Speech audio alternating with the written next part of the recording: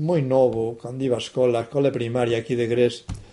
coido que polos 9 anos ou así escribía versos en galego e contos en galego, non por ningún principio de afirmación de Galicia que non sabía nada, senón porque era para min a lingua nai, a lingua que mamara, a lingua que sabía máis, só empezaba na escola a partir dos 7 anos a ter contacto co castelán, de maneira que escribín naturalmente en galego. Despois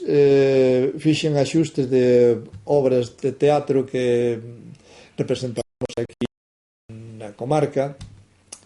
Logo puxenlle letras en galego a corridos mexicanos de moda para as festas do Entroido e incluso redactei os altos que lle chamamos así na representación que se fai aquí na Val de Ulla evocando as invasións francesas, pois son tres generais, fai son uns debates, unha especie de reifas en verso, e tocoume por 2 veces escribilas. Escribín 2 altos de 2 anos aquí e logo desde Buenos deixa o último que mandei do ano 1950. Era a primeira vez que esos saltos se representaban e se escribían en idioma galego.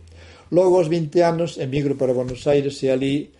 pois xa tomo conciencia de Galicia, a súa dimensión histórica, significación da súa lingua, en contacto con figuras principalísimas da nosa cultura como Rafael Dieste, Luis Seoane, Ramón de Valenzuela, Suárez Picallo,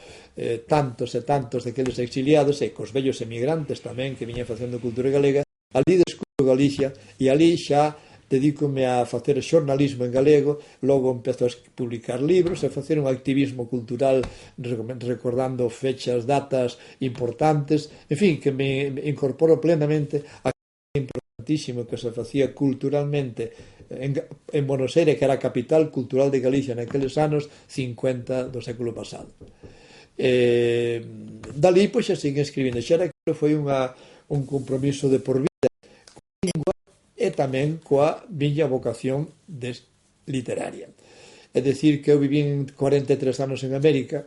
12 na Argentina e 31 en Cuba, e todos os meus libros escritos ali e todas as meus colaboracións xornalísticas, salvo as que facía a prensa do país, naturalmente que era en castelán, pois están en idioma galego. Iso foi a partir dunha toma de conciencia e tamén dunha fidelidade á lingua de meus pais, de meus avós, de meus veciños, pero xa cun sentido de conciencia do que facía, moito máis que nos